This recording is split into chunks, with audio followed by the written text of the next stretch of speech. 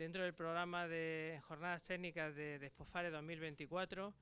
Hoy es un día bastante especial en el sentido de que realizamos este año el 5º encuentro de comunidades de regantes, que cuenta con la inestimable colaboración de Feragua, de nuestro amigo Pedro, que todos los años tiene una capacidad de movilización y de convocatoria importante.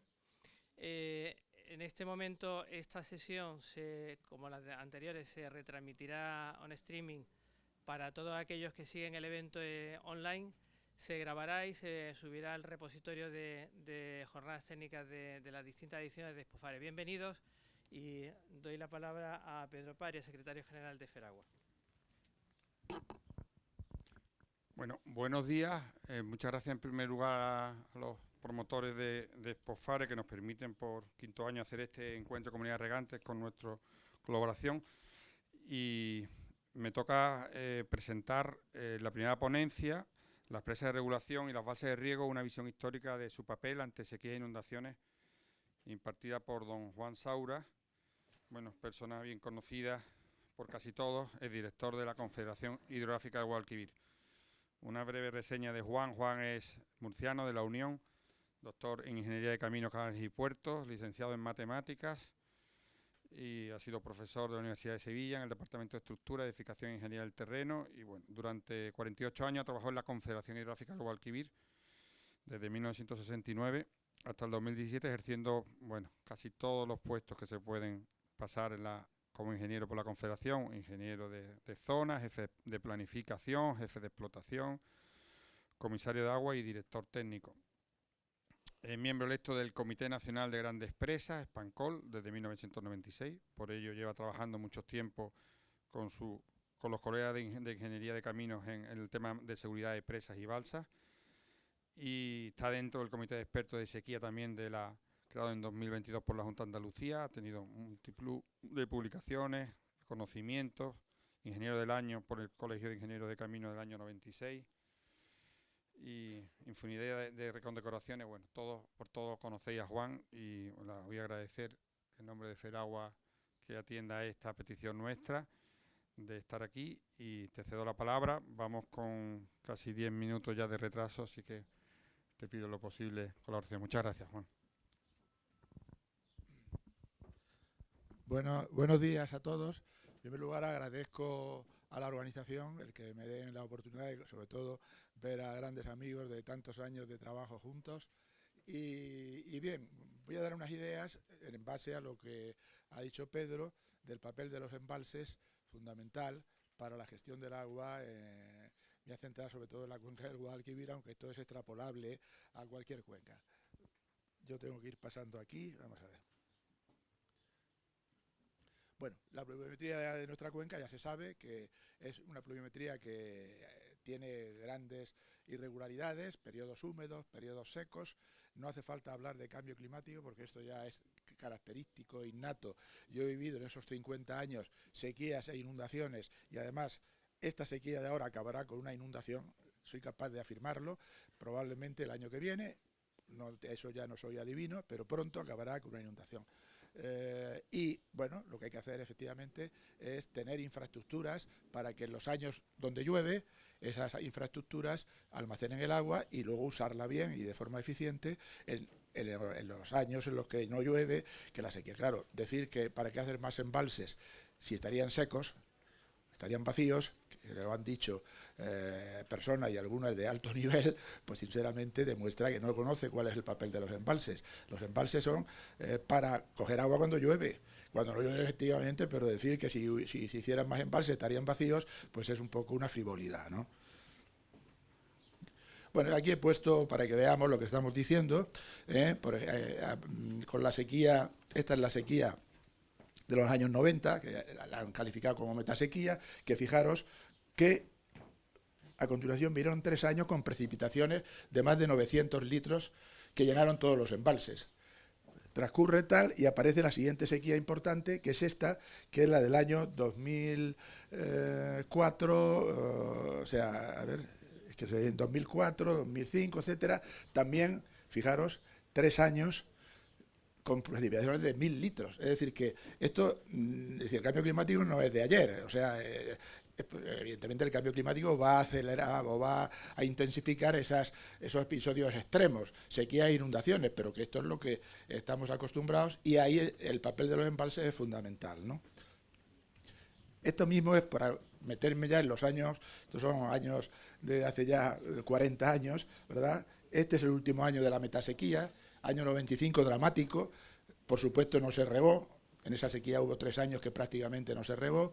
La Sevilla, por decir la ciudad de más población, tenía agua para 3 meses, pero no en sus embalses se habían acabado, se había agotado el agua. En toda la cuenca, que el agua venía, yo decía, cuando hay cordobeses, a ver si los cordobeses tiran más de la cadena y va llegando agua aquí a Sevilla. Nos bebíamos el agua del río Guadalquivir de pésima... No, nos bebíamos, no, usábamos el agua del Guadalquivir, pero evidentemente eso era que yo no había quien se lo bebiera, ¿no? Y entonces, pues, afortunadamente y milagrosamente, porque había agua para 3 meses. Entonces era 1 millón y pico de personas, ¿no? Un poquito más de 1 millón de personas.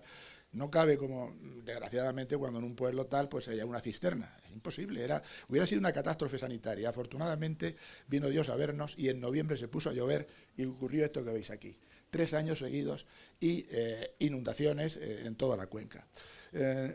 Avanzamos a la sequía del 2004-2005, vuelve a haber, fijaros este año, de más de 1.000 litros, cuadrados, y esta es la situación actual y esta sequía de aquí.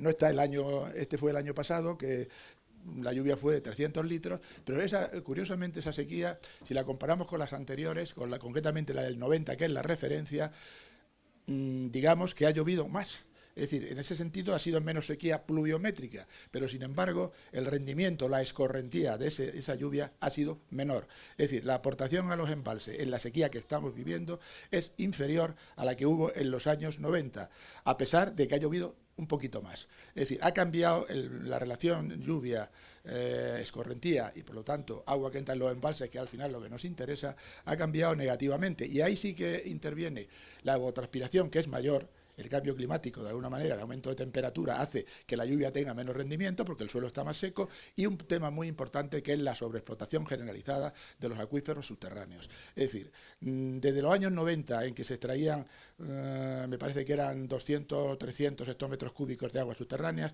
hemos pasado a 750. Se ha multiplicado por 2,5 veces la extracción de aguas subterráneas. ¿Qué ocurre? Que muchas masas de agua están en un estado, lo dice el plan hidrológico, malísimo, y consecuentemente cuando llueve lo primero que tiene que hacerse es recargarse el acuífero, porque los manantiales están secos y entonces todo eso, la consecuencia es que evidentemente llueve y llueve menos o va a llover menos en un momento determinado, pero además que el rendimiento de ese agua va a ser menor. Entonces hay que tomar, alguna medida habrá que tomar, ¿no? Porque, claro, las lamentaciones de Jeremías están ahí en la Biblia, pero hay que, digamos, los gestores actuales, las administraciones y los propios usuarios tendrán que, de forma coordinada, hacer algo para vencer en esa batalla, ¿no? Bueno, los embalses, voy a hablar, el primer aspecto es la laminación de avenidas.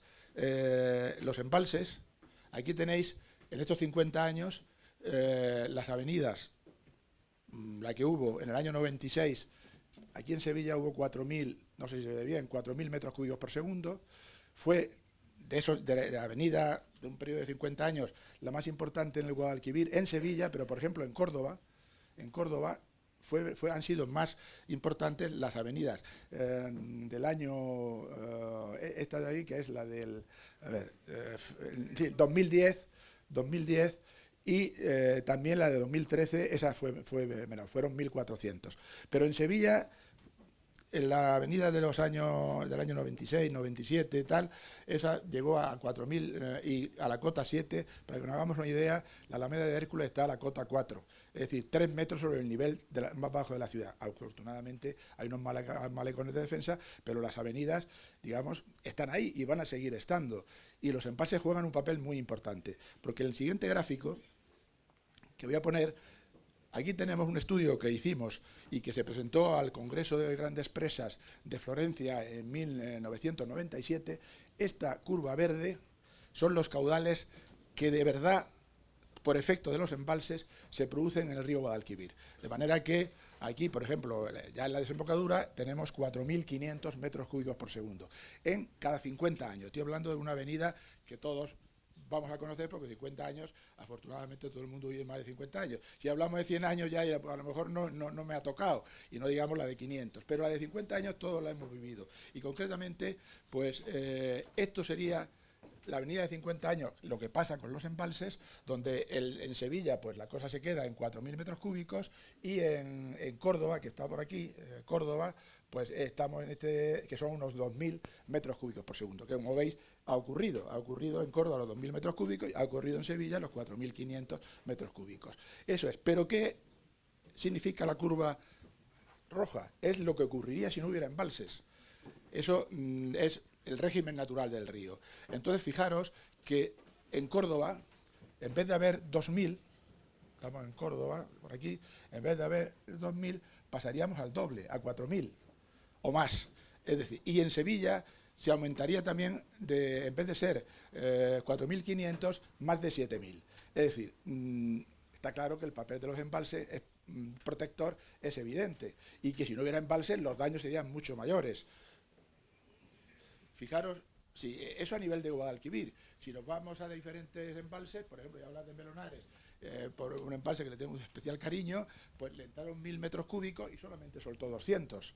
Si no hubiera estado Melonares, esos 1.000 metros cúbicos hubieran ido a Cantillana, que está inmediatamente aguas abajo. O sea, esto es una cosa tan evidente que parece que hay que repetirla, porque parece que los embalses son ahí los malos de la película. Mire usted, el embalse primero produce una gran protección a todos los ciudadanos, no solamente a los regantes, sino a todos los ciudadanos. Y está más que demostrado. Fijaros, Lora del Río, febrero de 2010, si no hubiera habido embalses, ponerle a esa altura de agua 1,5 metros más de agua por lo menos. Que si no hubiera habido, si no hubiera habido embalses, en vez de ese nivel de agua en Lora del Río, esos naranjos hubieran tenido 1,5 metros de agua más.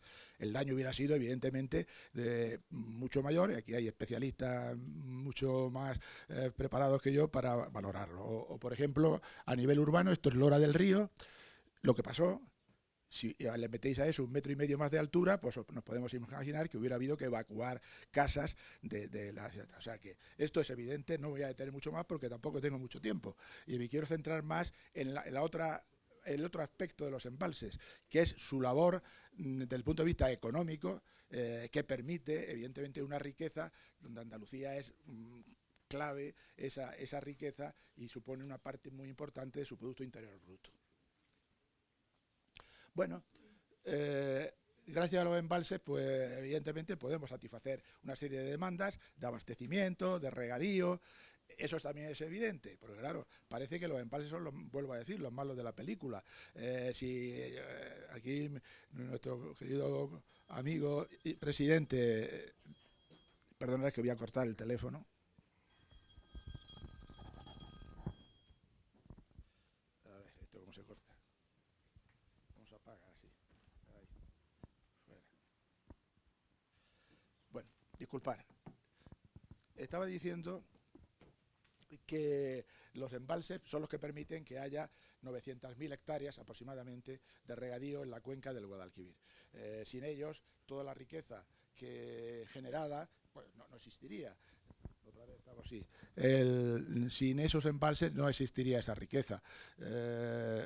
Y estaba hablando de Andrés, que en alguna de sus intervenciones, que hemos intercambiado opiniones y datos, pues claro, es que ni el abastecimiento de la población estaría garantizado. Es decir, la población consume el 15% de los recursos. Difícilmente se podría llegar al 5%. Y por supuesto en verano, pues no hay que decir que aquí estaría todo seco. Es decir, que eso, discutir esa realidad que cuesta trabajo a los señores de la nueva cultura del agua, que los embalses son beneficiosos, o como dice también Pedro, que no son ni azules ni rojos, son verdes, porque efectivamente generan un ecosistema distinto, pero no tiene por qué ser peor el ecosistema con el embalse al que hay sin el embalse, depende de cada caso, y lo que exige cuando se hace un embalse es un estudio medioambiental donde intervengan especialistas en medio ambiente, que como el caso de Melonares, que está hecho porque la Confederación batalló hasta el final para hacerlo, porque si hubiera sido por este sector que se opone a los embalses, no estaría hecho. Y eso, el no estar hecho, se hubiera traducido en que 1,5 millones de personas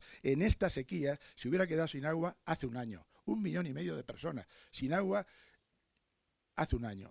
Se hubiera acabado el agua sin Melonares. Sin embargo, había 200 y pico hectómetros cúbicos, que era algo más de un año, permitió pasar el verano y ahora enlazado con las lluvias otoñales y hay agua para entre 3 y 4 años para abastecimiento de ese 1,5 millones de personas que en este momento viven de Sevilla. Y de ese agua el 40% está en Melonares. Hay que repetirlo en todos los foros para que esa gente se calle de una vez y reconozca que los embalses son imprescindibles y que se puede hacer un embalse, como se hizo en ese caso, de la mano de expertos en medio ambiente, no de ecologistas, de ecólogos, que hacen que esas actuaciones puedan ser compatibles y puedan generar un ecosistema perfectamente válido como el que había antes de hacer el embalse.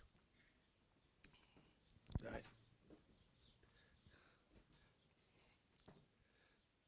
Bueno, pues yo ahora voy a hablar de esta introducción general, un objetivo que le he llamado Objetivo 600 en 2032. El 600 no es el 600 que todos conocemos, sobre todo, sino es 600 hectómetros cúbicos. Es decir, yo planteo aquí que la mayor parte de las cosas están planteadas en el plan hidrológico de forma más o menos concreta, difusa, es decir, no estoy inventando nada, incluso en las propias propuestas que hacen los regantes. Pero lo que hay que hacer es ejecutarlas y para ejecutarlas hay que tomar la decisión ya, porque cualquier obra o cualquier actuación de estas, mientras se hace, se financia, tal, pasan años hasta que se empieza. Y por lo tanto, pues hay que tener una voluntad de hacer esas cosas, que todo el mundo está de acuerdo, yo creo, cuando yo las ponga, en que nadie las va a discutir, pero lo que hay que hacer es marcar unos plazos y no conformarse con una realidad que es esta. Esta es la brecha, lo que llama el plan hidrológico la brecha, el déficit de los diferentes planes hidrológicos hasta el último que se ha hecho, ¿no? La verdad es que se ve la calidad de la esta es muy irregular, pero bueno, ¿qué vamos a hacer? En el primer plan hidrológico que se aprueba en los años 90, que lo dirigí yo, la situación entonces era de un déficit, la brecha es el déficit entre recursos y demandas de 400 hectómetros cúbicos. Año. Recargo esto del año porque ahora después creció a más de 600, bajó a 300 y ahora está en 200. Claro, dice, bueno, 200, si se compara 200 con la demanda de regadío, que es 3.000, y después un 7%, eso es poco. Es un análisis erróneo. ¿Por qué? Porque es un déficit anual. ¿Qué quiere decir eso? Que cada año nos están faltando los 200 hectómetros cúbicos. Y cuando hay un periodo, como el que hemos visto, de varios llover, al final aparece el déficit acumulado. Y no son 200 lo que faltan 1.500 o 2.000 hectómetros cúbicos, consecuencia de ese déficit anual que se va arrastrando. Por lo tanto, no nos podemos quedar satisfechos con un plan hidrológico que mantiene un déficit de 200 hectómetros cúbicos. Eso es que la próxima sequía la vamos a pasar igual de mal que ahora. Está clarísimo, porque cualquier cosa que se haga no va a estar resuelta para la próxima sequía que ocurrirá dentro de 7, 8 o 9 años. Entonces, bueno, creo que es una situación que no nos debe dejar satisfechos, sino que lo cual pues, debe servir para reflexionar y decir, oye, esto hay que quitarlo. Esta barrita de aquí, para el próximo plan, que ya mismo hay que redactarlo porque este cubre hasta el 27 y luego hay que hacer el plan 27-32, el 32, ahí viene la fecha del 32, que era mi objetivo, esa barra tiene que desaparecer. No debe haber déficit en la cuenca del Guadalquivir y para eso hay que tomar una serie de medidas que son las que yo llamo Objetivo 600 2032. Bueno, esto por cortesía de Paco Carrasco, que me dio este grafiquito, pues son los déficits que ha habido de suministro en las diferentes sequías. Aquí, esto es casi el 100, ha habido 3 años, como veis, con que el déficit de suministro era el 100, o sea, no se regó prácticamente, 3 años. Luego la del 2004-2005 fue suave, ya se habían hecho una serie de embalses, se había mejorado muchísimo la eficiencia en el uso del agua, porque los primeros que vieron y los primeros sufridores de la sequía fueron en el año 90, fueron los regantes, y consecuentemente dijeron, aquí hay que hacer algo, lo que estoy diciendo ahora, y el algo fue conveniar con la administración una serie de actuaciones de modernización que en vez de 8.000 metros cubios, que era la cifra que normalmente se manejaba, se ha bajado a 6.000 o 5.000 incluso. Con lo cual, ese ahorro del 30 o del 40% de agua, pues, y las infraestructuras que se hicieron, se notó en la siguiente sequía, donde es verdad que hubo 2 o 3 años que no ha sido suministro completo, pero la restricción no llegó al 50%. Y en esta actual, fijaros, ha habido restricciones aquí pequeñas. Aquí ya empezamos hace 2 años, esta fue del 50% aproximadamente. Sí, este es el año pasado. el año pasado, que fue tremenda, ya casi se acercó al 100%, al 90%.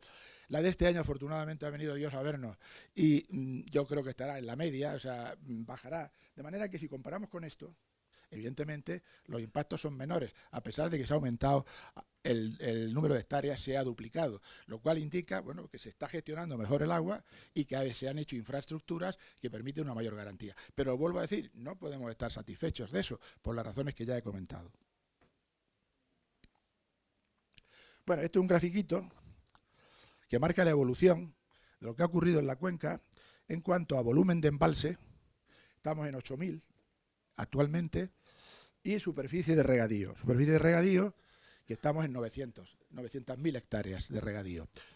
En el 1990, el primer plan hidrológico es este, el número de hectáreas era 440.000. Había 440.000 hectáreas en la cuenca.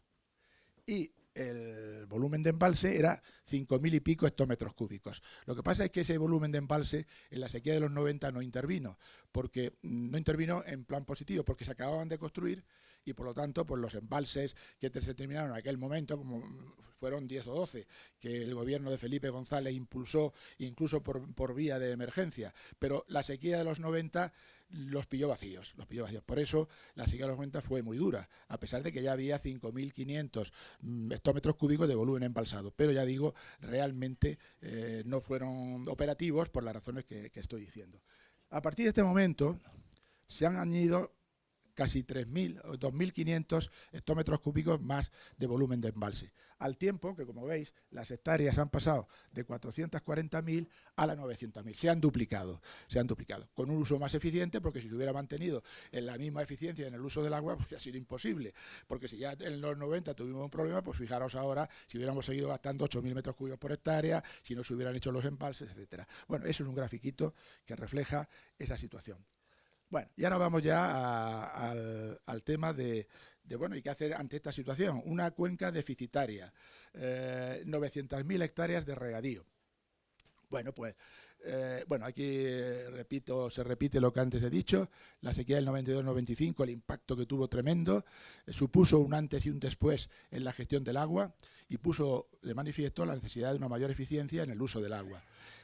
Lo anterior se complementó con la nueva infraestructura de regulación, Arenoso, Breña y Melonares. Como ya he dicho, Melonares contó con la participación de ecologistas del CSIC, de ecologistas no, de ecólogos del CSIC, que diseñaron un área de compensación ecológica y, curiosamente, voy a contar la anécdota, pero aunque sea una anécdota vulgar, pero que refleja a dónde se llega. El problema de Melonares eran los conejos que supuestamente vivían en el valle y que eran la alimentación de las águilas, porque conejos hay todos los que queráis, pero el problema era que eran las especies presa, hablando en términos científicos, de las águilas. Bueno, pues con este experto en conejos, era un experto en conejos, vamos a hacer un conteo de conejos, a ver cuántos. Los conejos habían desaparecido, no había conejos. O sea, había una densidad mínima, de manera que medio conejo por hectárea era concretamente la densidad, porque la mixomatosis y la tuberculosis vírica se había cargado esa población.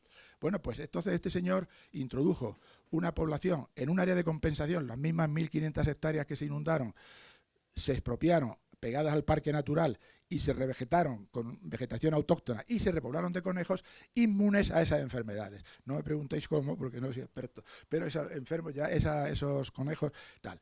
Bueno, tan es así que cuando se construyó la obra, pues un par de águilas anidó a 200 o 300 metros, lo alto de un eucalipto, le importaba un pito los explosivos, los camiones, los movimientos. Aquello era un manjar. Había 7 conejos por hectárea.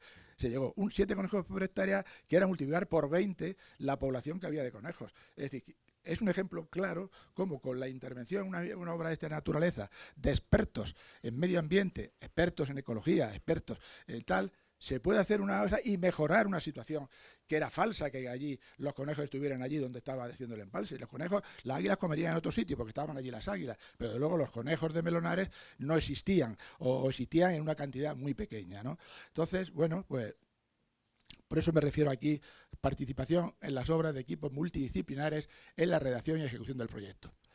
Esto ya lo he dicho, hemos ido aumentando el número de hectáreas, se ha duplicado, y el consumo del regadío está en torno a los 3.000 hectómetros cúbicos año. Ese es el consumo del regadío, ese se ha quedado prácticamente estabilizado. Se consume en agua, aunque hay muchas más hectáreas, se consume prácticamente la misma agua que se consumía hace 20 o 30 años, cuando la sequía de los años 90.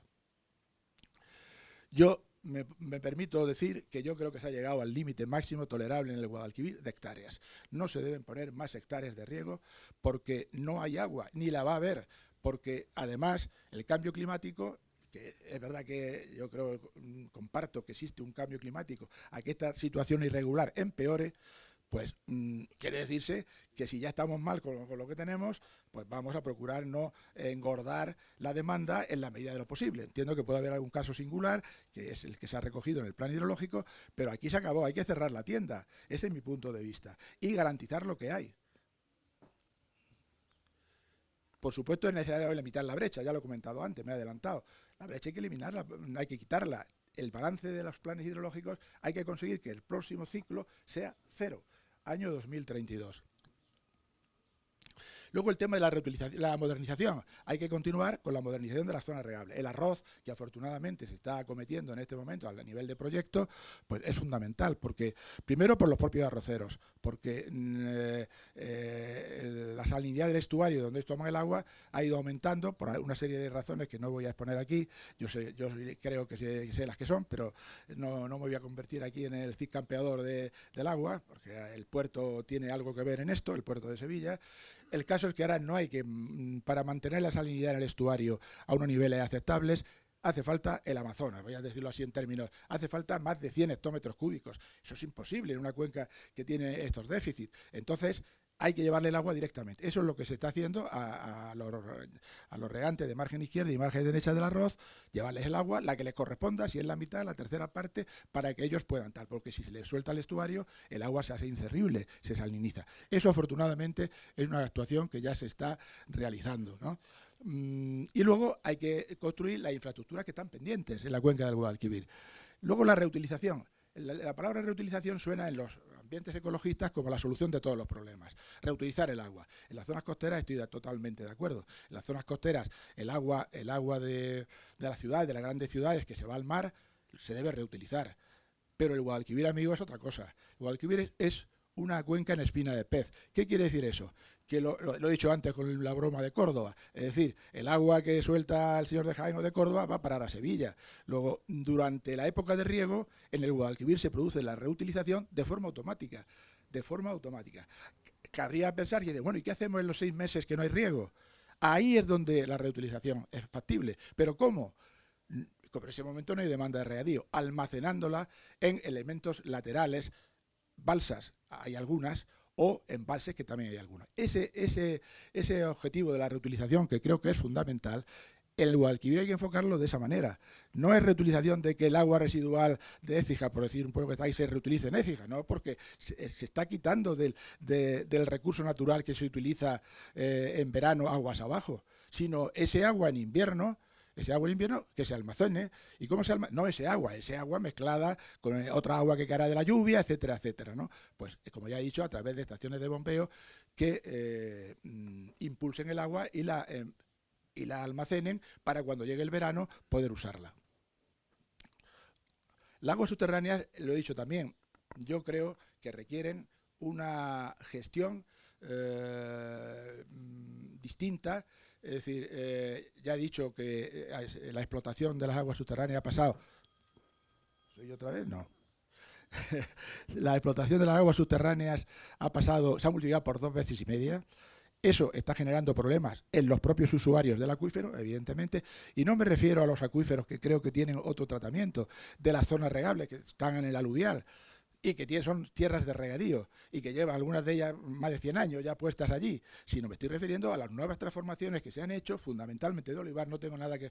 Creo que es magnífico, he sido un defensor de los riegos de olivar, pero la realidad es que en los acuíferos alejados del río se están poniendo decenas de miles de hectáreas. El olivar supone el 45% de las 900.000 hectáreas. Es decir, Son 300 o 400.000 hectáreas de olivar que antes no se regaba y ahora se riega, y me parece muy bien que se riega, pero a eso hay que ponerle un cierto coto, un cierto control, porque se está perjudicando a los propios usuarios del acuífero y afectando, como ya he dicho, al conjunto de la cuenca cuando llueve, de que el agua no corre, porque primero hay que recargar los acuíferos. Creo que ahí es un tema complicado, difícil, pero hay que asumirlo, y eso lo tiene que asumir el organismo de cuenca y con la colaboración de los usuarios, porque igual que hay comunidades de regantes, se deben formar comunidades de usuarios en los acuíferos, y de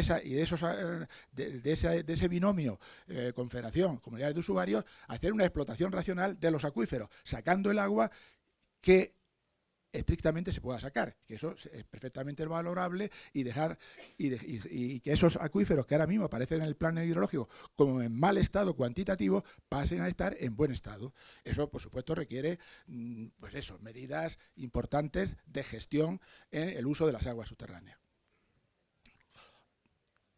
Eso está en lo que digo ahí.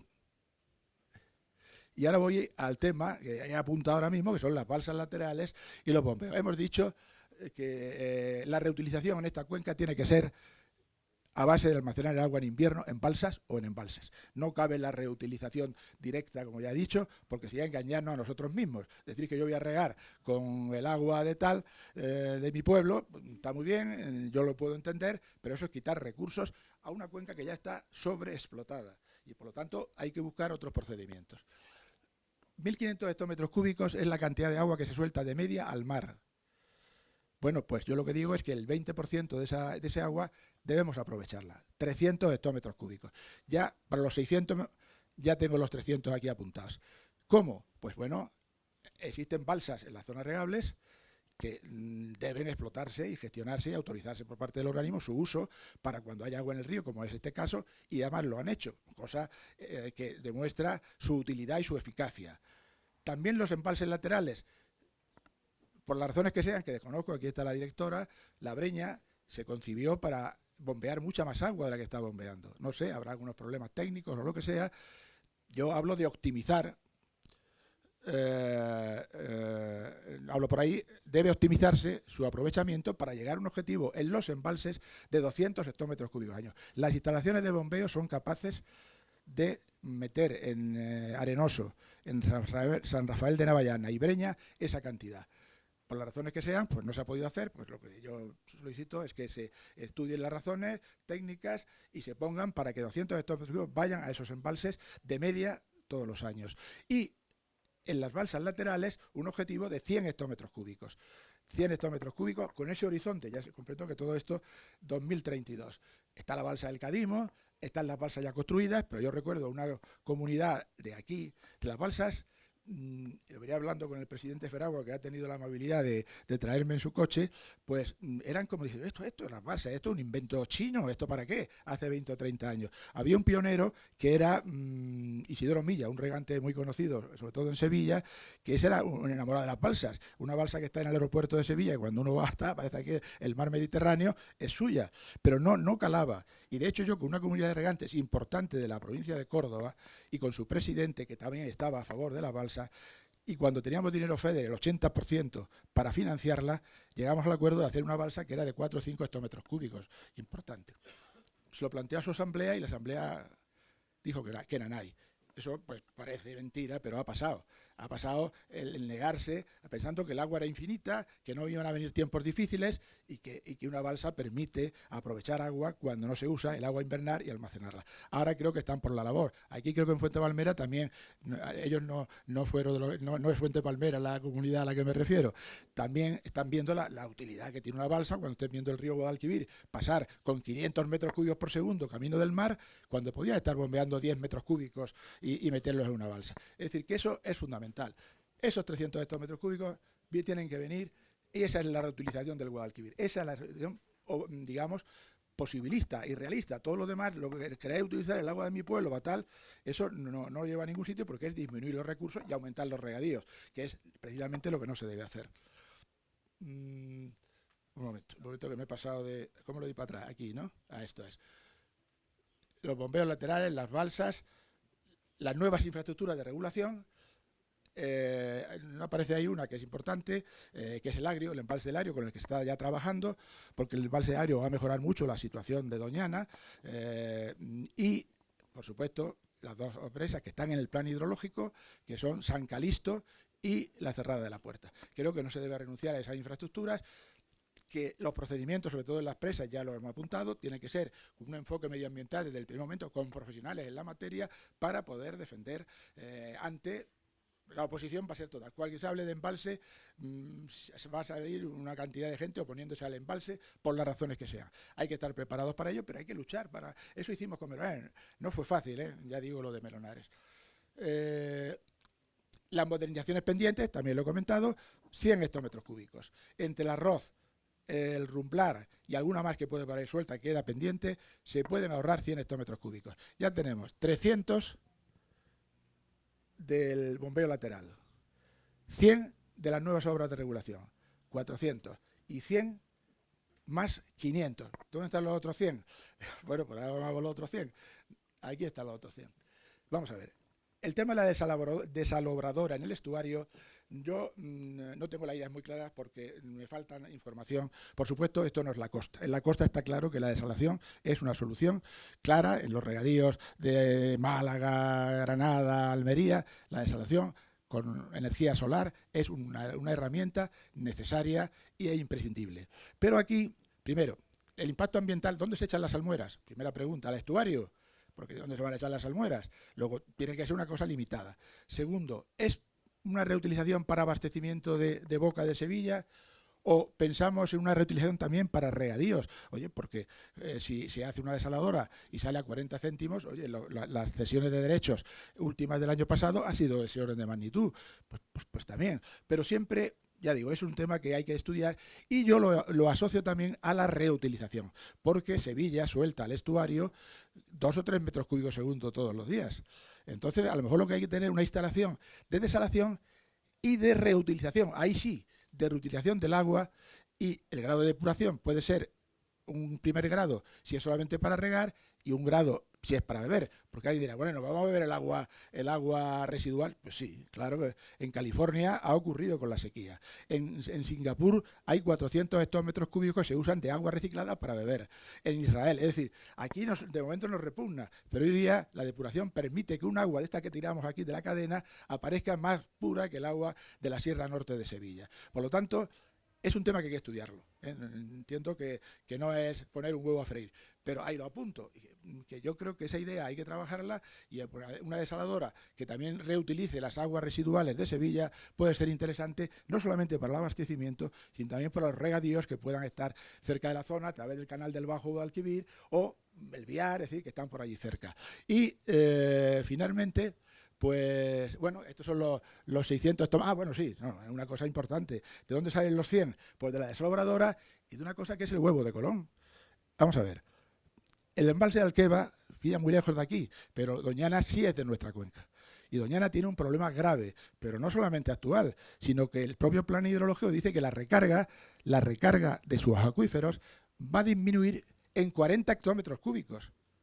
40 hectómetros cúbicos. Es decir, se ha estado discutiendo sobre si los regadíos legales, ilegales, cataplán, son 2 o 3 hectómetros cúbicos, y ahora resulta que hay 40 que están a la vuelta de la esquina, y sí, ahí está, pero nadie dice nada. ¿De dónde va a salir ese agua? Si se quiere realmente equilibrar Doñana. Está cantado. El embalse, el Guadiana, sabéis, el que no lo sepa, se lo cuento así rápidamente, es un embalse de Alqueva de 4.000. Ahora mismo ese embalse tiene más agua que toda la cuenca del Guadalquivir, para que os hagáis una idea. Tiene 4.000 hectómetros cúbicos y está al 90 y tantos % porque ha habido que desaguar. Y coge agua que viene del Guadiana. Nosotros en el Tajo y en el Duero hay un convenio que se llama Convenio de Albufeira. Le cedemos a Portugal de nuestros embalses entre 2.000 y 3.000 hectómetros cúbicos año, ojo. No estamos hablando... Y ahora resulta que en Alqueva, pues con 50, 60, 80... de ese orden, menos de 100 desde luego hectómetros cúbicos, y con el túnel de San Silvestre, que ha costado mucho trabajo, pero se está haciendo, el embalse de Alqueva suelta el agua, viene por el Guadiana, por el túnel de San Silvestre aparece en Doñana. Es decir, yo creo que eso he conseguido, y en eso me voy a apuntar una medallita, aunque sea pequeña, que en el Parlamento andaluz, explicando esto de Alqueva, pues los dos partidos, es difícil que los dos partidos mayoritarios en España se pongan de acuerdo en algo, pues se han puesto de acuerdo en una proposición no de ley dirigida al Gobierno de la Nación para que en el convenio de Albufeira se estudie la posibilidad de que una cantidad a negociar se pueda ceder con destino a Doñana fundamentalmente, ¿no? Si nosotros, el Guadiana, mete en Portugal, mete en Alqueva 625 hectómetros cúbicos medidos de media todos los años, si nos dan el 10%, que son 60 y tantos, pues hombre, yo creo que estaría bien, cuando nosotros estamos dando miles de hectómetros cúbicos en el Tajo y en el Guadiana. Evidentemente es una decisión política, pero una decisión política donde los argumentos técnicos son muy sencillos y hay que defenderlo. Y tenemos un entorno, el Doñana y los regadíos, pero sobre todo el propio Parque Nacional, con 40 hectómetros cúbicos anunciado de que va a haber menos de agua, hombre, yo creo que merece la pena luchar por eso. Pues ahí están los 600 y ahí está el horizonte, el 2032. Ya con esto, ya he querido sentar la base de cómo veo yo el problema. Por supuesto, los embalses son fundamentales, protegen de las avenidas, garantizan el suministro. Hay que hacer estas medidas en la medida de lo posible. La mayor parte de ellas están planteadas en el plan hidrológico. Lo que yo planteo es que se ponga un calendario más concreto y que se termine. Y ya, pues con esto, y termino con una última. Esto no me da tiempo a hablar de ello, pero sí esta diapositiva, que es Melonares. El maldito Melonares para el mundo ecologista, ¿no? Ya he dicho que gracias a Melonares, en el verano pasado, pues había agua en Sevilla. Así de claro, ¿no? Es que está demostrado porque he hecho un estudio científico dentro del máster de Universidad Empresa, de Masesa Universidad, donde lo hemos demostrado. Es decir, sin Melonares, Sevilla se hubiera quedado sin agua de beber en mayo o junio del 2023. Tenía 200 y pico hectómetros cúbicos, no estaban en Melonares todos, claro, estaban en los demás porque se había hecho un reparto veo, pero eso es lo que hubiera ocurrido. Y ahora, gracias a Melonares, pues hay 3 años y pico garantizados, porque Melonares tiene el 40%, está al 85% de su capacidad. Cuando se hizo ese proyecto, yo conocía muy bien la zona, pero yo era el encargado del Viar, y ahí hay un arroyo que cuando se pone a llover, que se llama Garganta Fría, eso es el Amazonas. Y claro, pues ha llovido, el embalse que más agua ha cogido ha sido Melonares. Es que eso era de cajón. Menos mal que lo hemos hecho. Y esto es una imagen de cuando se llenó en el 2009-10, que fue una de las riadas últimas, fue el 2009-10, se llenó en una noche. Y es una imagen de entonces. Si hubiera llovido un par de días más, hubiéramos tenido esta imagen reciente. Se ha quedado cerca del 90%, al cerca del 90%. Por lo tanto, pues es una imagen optimista en el sentido de que lloverá, seguro que va a llover y que los embalses son fundamentales. Muchas gracias.